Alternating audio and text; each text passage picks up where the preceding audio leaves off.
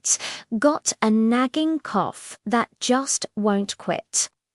Before you reach for over-the-counter options, let's explore some gentle, effective remedies you can find right in your kitchen. A classic for a reason is a warm mug of honey, lemon, and ginger tea. Honey soothes the throat, lemon provides a boost of vitamin C, and ginger helps reduce inflammation. It's a triple threat against that tickle. If you want to step up your herbal game, consider thyme.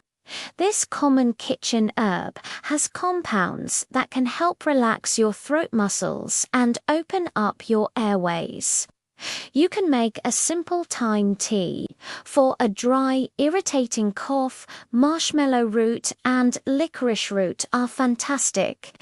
They both have a soothing, coating effect on the throat lining, providing instant relief.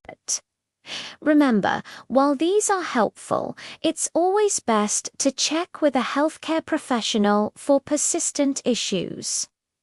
If you found this helpful, give us a thumbs up and subscribe for more wellness tips. Stay healthy.